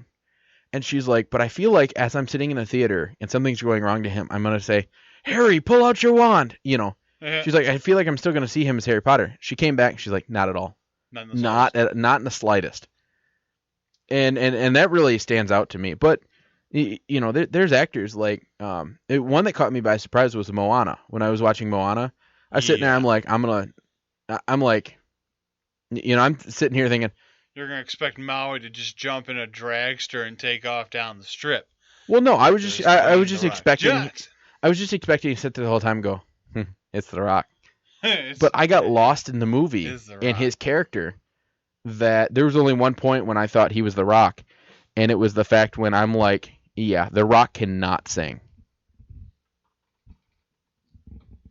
So I'm like, he cannot sing, and I'm just, I don't know. I'm trying to, Yeah, I know what you mean, because sometimes it's hard to take an actor out of character, especially when they've been doing it so long. But you know who's really good at it though?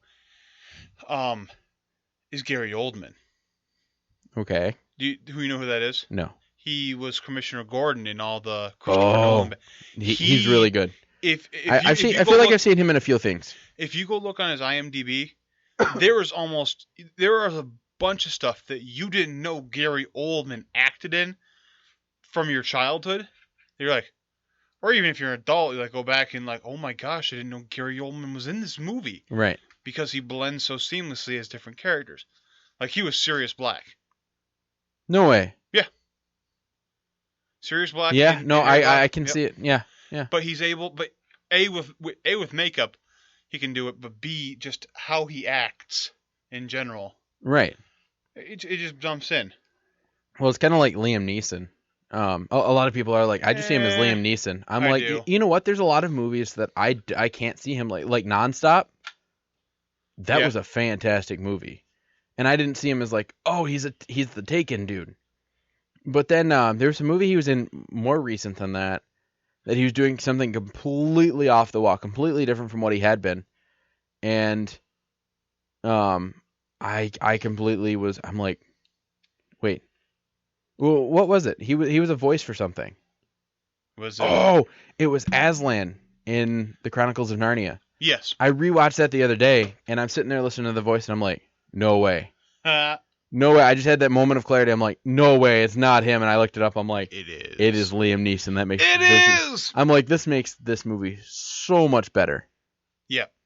And it was one of those things. All right. Who was our next entrant on this list? Okay. Yeah, after Hawkgirl, we decided to go to Wonder Woman because, you know, Hawkgirl, Wonder Woman, might as well just kind of keep going in that. Yeah. And boobs. So we're like, okay, so for the first off, we're not going to choose the same girl that they casted in the Wonder Woman movie or the Justice League. Because we want to do our own thing. Well, that, and I really don't like her as a... I mean, she's not really... Have you seen the commercial for it? Yeah. I mean, I think it could be good. It could be good, but I don't like her costume either. True enough. Fair enough. So we were thinking, we're like, well, who do we want? And we're running through, and we're like, well, you know, this person could dye their hair, this person can do this, and we settled on Mila Kunis. And she's drop dead gorgeous. Now that may seem like a crazy thing to some people because she's gorgeous. But she's always been a comedian. Well, she has played in a few serious roles. There was the one in, I think it was like a movie called The Swan. Okay. It was a dance recital like horror movie. Yeah. It was The Black Swan. The Black Swan with Natalie Portman. And that was a really good one. She was very believable in that one. Natalie Starbirdman. There's another one that she was really, but even in her comedy, like in some of the comedy movies, she plays a straight. Like Forgetting Sarah Marshall. Yeah. yeah, there were points when she was really funny, but there were points when she was very serious and her emotion. I mean, like Ted, the movie Ted, there was points when she's like, "Listen, I'm done." Or you want to talk about how she can play the straight man? The one that's dead serious. Look at when she was in Angriest Man in Brooklyn with Robin Williams, one of the last movies he did. Right. She walked around the entire time being this angry, stiff nurse doctor Right. at this clinic the whole entire time. So next to Robin Williams, who's being an angry, funny guy. He played those a lot. He did play those a lot. But, she did a good job being able to be the foil for his lunacy. But, Mila Kunis, now, if you could get Mila Kunis to do a few of her own stunts, possibly nothing too crazy. Obviously, no flips and stuff like that. She's got kids. Right. Right? But, some of her own stuff, I could see her as a very believable Wonder Woman. Oh, yeah. Because, and the other thing is, too, and I'm not calling her fat by any stretch of the imagination, but she's not one of these. She's not a model. She's not just that, but she's not La Petite. No. She's tall. She's about, a little bit taller than Mark Wahlberg, probably. Right. So she's not this, like, tiny little thing. I know Mark Wahlberg isn't very tall himself. Right. But, she's not. She looks sturdier than the average woman. Right. Right. She doesn't look like she's going to bend in half. Yeah. Well, and so we kind of, like I said, we went through a lot of people. Oh my gosh, so many. And we're like, no, yes, no, and we kind of developed down a list. And we sat down and we're like, okay, we're going to give it to Mila Kunis because the fact that we feel that she could do a good job, but it would also give kind of a lightening heart to the movie. Yeah. Because we kind of... Because Diana, Wonder Woman, even though she's tough, she's still a very, very soft, soft individual. Right. When she needs to be. She's still the, doting mother of the Justice League. But that would lead us into the next pick we have here, which is the Martian Manhunter. Do you want to cover this one? Because this was your man. This is my man. No, for Martian Manhunter, I thought Idris Elba. I'm trying to remember what all he's been in, because he's kind of a nuanced actor. Like, he's English, so he's been in a lot of more English films. Whenever he's in American films, I think he typically plays the bad guy. Usually, I think. Because he just has a very calm, yet also very powerful demeanor. And it's in his presence as well as his voice. And that's, more importantly, that's why I was considering him for Martian Manhunter. Because if you think about Martian Manhunter, what is he? He's one of probably the most balanced individuals. He played in Zootopia. Yeah, he was the Buffalo, the head of police, or whatever. Chief Bogo. He was also in Avengers: Age of Ultron. What was he in that? Oh, he's the Bridge Guardian in Thor. Yep. So, he's in a lot. He is in quite a lot, but Pacific Rim. Ghost Rider, Spirit of Vengeance. That was the sucky one. The first one wasn't that great either. The first one was really good. The second one was just trash. Excuse me. Sorry about that. But no, Martian Manhunter, because he is a pretty balanced. He has to be a pretty balanced character, and that's why I think Idris Elba can bring to it. Oh, Jesus, I'm sorry. Is just somebody that won't, fly off the cuff. Right. Unless he has to. Gosh, is that... I think your cat found its way down here somehow. Might have. No, anyway, so we've got, kind of to recap, we've got Keith Davis as Green Lantern, and then we've got Hawkgirl, or Karen Gillan as Hawkgirl, Mila Kunis as Wonder Woman, I hope I pronounced this right, Idris Elba as Martian Manhunter, but we are missing a couple. We are missing a couple, so who... We are missing Superman, The Flash, and Batman. I thought we came up for these guys. No. We didn't? If we did, it might be on the second page. But I didn't think we did. No, we didn't. Oh, I could have sworn we did. No, because remember Mark left early, and we're like... That's right, we're like, we'll do this tomorrow or next weekend. And then he's not here. Mark. Right. Which means we get the executive power. Woo! So why don't we start off with Batman? Because there's been so many Batmans over the years.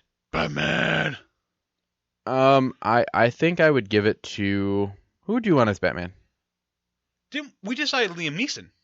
No, that was last week. For the new Batman. Yes. Let's see. What if we do who's that guy that played Beetlejuice? And he also played Batman once. Michael Keaton. I think he's a little too old. I think he's a little too old for Batman. Right. Well, Bruce Wayne at this point wasn't really a young guy either. No, but in the Justice League, he's still supposed to be kind of young. Right. Despite what Ben Affleck would have you think. Right. So I wouldn't do Ben Affleck.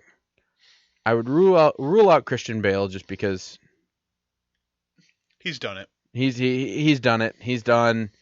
He did a great job. You don't want to ruin that. No, you don't want. You want to save the glory. Gosh. Who else could play Batman? Let's see.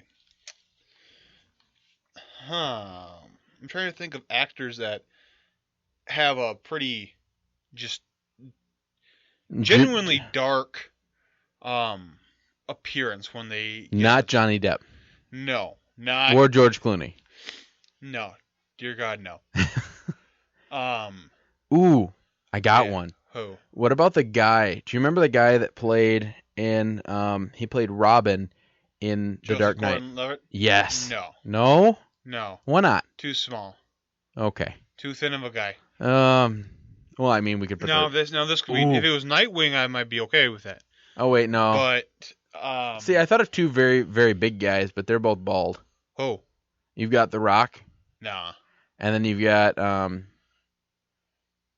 he pairs with The Rock in Fast and the Furious movies. Vin Diesel? Vin Diesel. Maybe Vin Diesel. But he's bald. He's got to have hair. Who's bald? Who else could play a Batman? If any of you are listening out there and think of a good Batman, just comment on either on our show, shoot me a Facebook message or something. Let's come back to Batman. Let's go. Superman? Let's go with Superman. Who? Well, either that or the Flash. Let's go Flash because we need. I think I got an idea for the Flash. Guy. Okay, let's go. So you know the guy that pairs up with it's James Franco's brother. Danny Franco. Yes. He could be good Flash. He could because he's played it kind of a smug, smart aleck, and he's so he's played that role before, and that's kind of what we're shooting for because in the series you had him and the Green Lantern were often paired up, and the Green Lantern was kind of the father, and he was the childish son. Yep. And that's just kind of how it went, and so I think he would be good. And I mean, yeah. I think you might be onto something there because that's definitely he's definitely played the part before, right? So he'd be an easy step in. I'm trying to think of guys who might be a little more off the wall for it too. I can't think of anybody else off the wall. No, I think our best bet would be Franco. Ooh. You could do James Franco as Batman. I would like it, but I mean, we also played him as the Joker, right? When we redid Batman last week. Right, we do need to be consistent. Oh, I just think. Wait, who did we cast as the young Batman? Do you recall? I just thought of one. What? I just thought of a good one. I know he's in Marvel Universe a lot. Michael Fassbender is Batman. Michael Fassbender, who's that? Magneto. Try to think what else he is. I can't think of what else he's done. If you watch the Assassin's Creed movie, he was Magneto in the X-Men. What was his last name? Fassbender. Like F-A-S-T? No, Fass. F-A-S-S. He's German. He's the German man. Yeah, he could do it. He could do it. He's got some broad could get away. shoulders. He's got the square German jaw, so he could easily be Batman. Yeah, you do need a square jaw for that, and I'll go with that. That he could be Batman. You gotta have shovel chin in order to be Batman. He would have to be able to lose the accent though, because I feel like Batman with a German accent would just. Oh no, he has no accent. Okay, cool. I'm saying he's of German. Well, because I don't dislike Germany, but in a Batman movie. No, most accents he does is most of the time he's in an English accent. So. Okay, so we've got Batman as Michael Fassbender. Yep. We have Little Franco as the Flash. Now we just need Superman. Who is? And for the love of God, not the guy that played the Man of Steel. No, not Henry Cavill. Mr. No Legs. Mr. No Legs. He got no legs. He is all upper body. He is all torso. He is all above the torso. He is shrimp legs for days. And days and days. And days and days and days. I'm trying to think of. You know who would have been good if you could remove his accent and he was actually young. You know who would be a good. Who? Jean-Claude Van Damme. Yeah, he would be. He would be too bad. if you could remove the accent, and you could rewind the clock a little bit. Perfect. He'd be perfect. You know, you just got this guy. He's sitting there. He's like, "Hey, what do you want to do?" And you say, "Hey, I don't want to fight you." He's like, "No, you don't, because I'm gonna kill you." I stay down with my highlights, and then bust your brain. Ooh. What?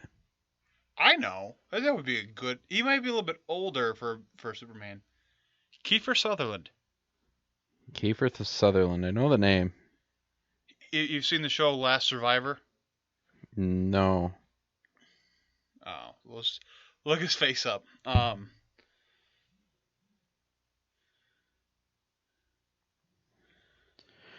Apparently I spelled it wrong. What is it? Keifer? Found it. Oh, yeah. No, he would be good. Be very good. Who was the guy that played? There was a guy that played in a show called Lois and Clark. I don't even know. Ooh, I thought of one. Who? The guy who played Superman in Smallville. Oh, he could do it. Now that he's a little bit older, yeah, I could see that. Could definitely see that. I think he's our guy. Because he's played the role before. Let's see, what does he look like now? Do they have any now pictures of him? Yeah, that would be a must needed. Let's see. Now.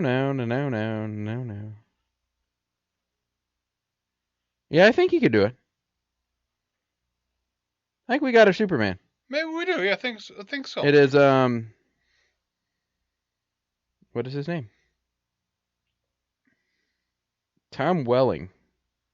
All right, Tom Welling, congratulations. You're about to be put back in your old Yeah, he could pull it off. Look at that. Oh yeah. Oh, for sure, especially now. Yeah. It's a lot more now. He still has a square chin. Yeah, well, he still has some of a baby face. Right. But not too much of a baby face. And he still got the hair for it, too. Yeah. Because that was my problem. I was thinking of, like, man, he's played in Cheaper by the Dozen. and 2. Anyway, no. So I think that's our cast. I think we pretty much got it. Yeah, probably. So let us know what you think about our casting. I'm actually pretty happy with this. Oh yeah, for sure. I would be super stoked for this movie. I think you got enough serious and you got enough lighthearted, and It'd be good balance. yeah, I think it is. Yeah. Now all we need to do is just go and take some copyrighted material that is the old Justice League and make an actual movie. Easy. I'm bumping into crap over here. Easy there. No, I think we got. I'm super excited. Like now, I really want to. Like, I wish I could make this movie. I This would wish be. I was a director. Any of you executives out there that would like to make a movie, you can. As long as you credit us and give us a couple $100,000, we'll shut up. Right. We'll shut up. We'll keep quiet. Just give us a little bit of money. Credit us with the idea. You can have it all. I don't care. I don't care anymore. I just want to see this movie. I just want to see actors act. Please. Well, I don't like the lineup they have for the Justice League. No. I can't. I mean, Cyborg. Okay, yeah, maybe, but you don't have no Martian Manhunter. You got no Green Lantern. No, it's a crapshoot. It Yeah. really is. And you have Aquaman. I can't even get it out without almost throwing up. You have Aquaman. You have a very deep-seated, passionate hatred for that person, don't you? I do. Why? He's not a superhero. That's your opinion. No, he's not. What does he do? He calls on fish. Yeah, and what do you do? I stand here and talk about him. Exactly. Who's more of a man? Me. The fish man is a man. He's a man. Yeah. He's a man's man. But he's. I mean, okay. It wouldn't be that big of a deal because I did like him in the animated series of the Justice League. Yeah. And here's why. One, he wasn't on the Justice League. True. He was an independent party. And two, he just kind of showed up and actually needed help a couple times. Yeah. But for the most part, he was the ruler of Atlantis and he stayed there. Yeah, he didn't screw around with anything. And that's the kind of Aquaman I like. One that doesn't get, go into a place where he doesn't belong. Don't be in the way. Just stay in the water, you fish man. Gosh, Aquaman. Come on, dude. Aquaman is like my Patrice in real life. Patrice? Oh, have you never seen How I Met Your Mother? Nah. Okay. For those of you that haven't seen it, in How I Met Your Mother, there was one of the characters named Robin. Had this girl she worked with. Her name was Patrice. Oh, dear. And every time she came on screen, she would just be doing something like she was the nicest person. She's like, oh, I just want to cuddle with kittens and bake cookies, and I'm just... And she was a fluffy woman. Yeah. And Robin's always like, shut up, Patrice! Like, just like... Just it's like Patrice didn't do anything wrong. Nothing. Does nothing to her ever. And it was like, Robin would be like, nobody asked you here, Patrice. Oh, and it was one of the, she was like it was a running joke because she always was hated on. Which was funny because for no reason. Because in the end, when one of the other characters, Barney Stinson, wanted to ask her to marry him, he went through this entire ruse pretending to date Patrice to kind of lure Robin to where she was at that point in time, so then that way she could he could propose. But it was funny because she shows up at his door in lingerie and like a coat, know, like one of the big like trench coats. He opens up the door, she like drops it down, and he's like, actually, I'm on a date, and he turns and Patrice is there, and she's like, nobody asked you here, Patrice. And he's like, actually, I did. But it was running. But he's like, he's like my Patrice. He's like, God damn it, Aquaman. Why are you here again? Why are you here? Why you are not important. You do not belong in the story. Who thought that you were beneficial for the story? It's just, but no. I really, he was a very tough Aquaman. I mean, he cut off his own hand for very true for Christ's sake. But he wasn't like to me. The Justice League is what it was in the animated series. Yeah, which are the not necessarily the actors and actresses that we just described, but at least the characters we just described. Yeah. those to me will always be the original Justice League. I don't care if anybody who reads comic books is like, he will never be a part of the Justice League. Like these are not right. It's just that will always be who will play those actors and actresses for me. It's just a thing. You can't do anything about it. It is just a thing. It's just a thing. It's just a thing. So anyway, yeah. So I think that's pretty much wraps up our. Yeah, I mean at least that portion. What movie would you like to hear us cast next? We've got a lot of ideas about a lot of movies we would want redone. And if you like hearing us talk about what we would rather recast, maybe not necessarily a movie, maybe it's a TV show, maybe it's a cartoon or something, where you didn't like the people that were playing it. And who would you rather have heard on the other end of the spectrum? Yeah, who'd you rather have heard? If you like us doing this, let us know. That way we can put more time towards the end of the show to actually do this. We had a lot of time today, but we also had to prepare last week. So well, and we were in the zone last week. We're just like, what other movie can we cast? That's true. Let's do this on the show next week. And then Mark's like, yeah, I'm not going to be here. It made it easier that way. Right. But we didn't have to argue. Right. True. But yeah, if you just let us know what you would want us, what movies, maybe even genres you would like us to cast. Maybe even we cast our own movie. Or if you don't like us casting anybody, just tell us to shut the hell up. And yeah, that's true too. I mean, that's always a fine idea. No, but if you do like what we do with those, please let me know. I really do take your criticism seriously, because as I've said a million times before, this show is for you. We do it because we like to broadcast. We like to talk a lot, or at least I like to talk a lot. He likes to be funny. Yeah. And this is the best place. Sometimes I fail at it. Sometimes I do okay. This is the best place to do it. And so we all just sitting here talking and jib jabbing. If you tell us what you want us to jib jab about, we jib jab. We can pretty much cater to the show to you, because we don't care what we're talking about. We don't care, who we're talking about, what topics. It doesn't matter, as long as because we're friends. As long as we're doing it together, it's a good and we have fun. That's really what we look for. So we are going to end the show a little bit short of what we usually do, but that's fine. Like I said, we are missing one person. We're missing one person. We completely missed Mark's multiverse because there's no Mark. Therefore, there cannot be multiverse. Right. Well, there can't be Mark's multiverse. Yeah, well, that's true. But anyway, neither of us has an M name, so it doesn't work. No. It could be Aaron's Asteroids. It could be Luke's. Come back to me. We'll come back to you next show. It'll probably take that long. Luke's lunar eclipse. I like that. That's good. I like that.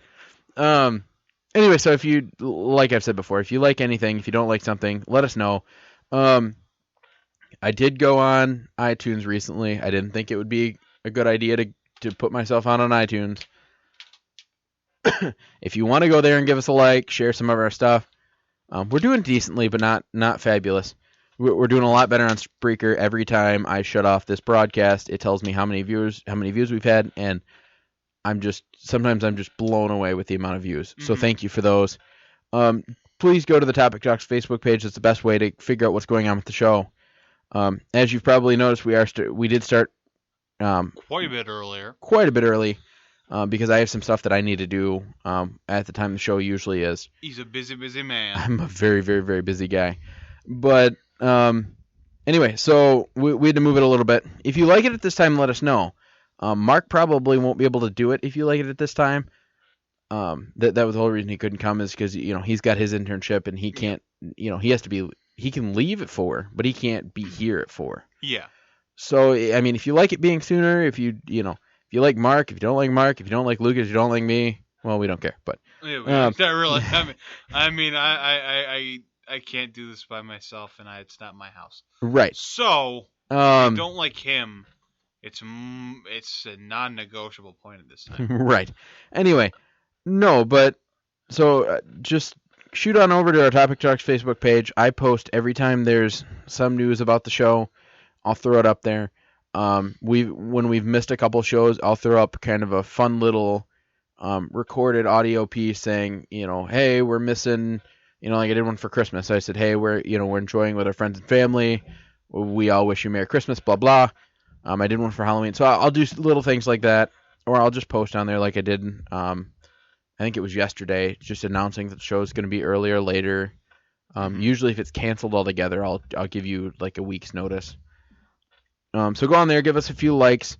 If you want to, go on to iTunes and download our stuff, feel more than free. I don't charge anything. This whole operation is free because it is for you. And I don't know about you, but I don't like paying for anything either. Right? No, not really. Especially food. I mean, yeah. That's great. I like free food. So I think that's pretty much it. Anything else you got to say?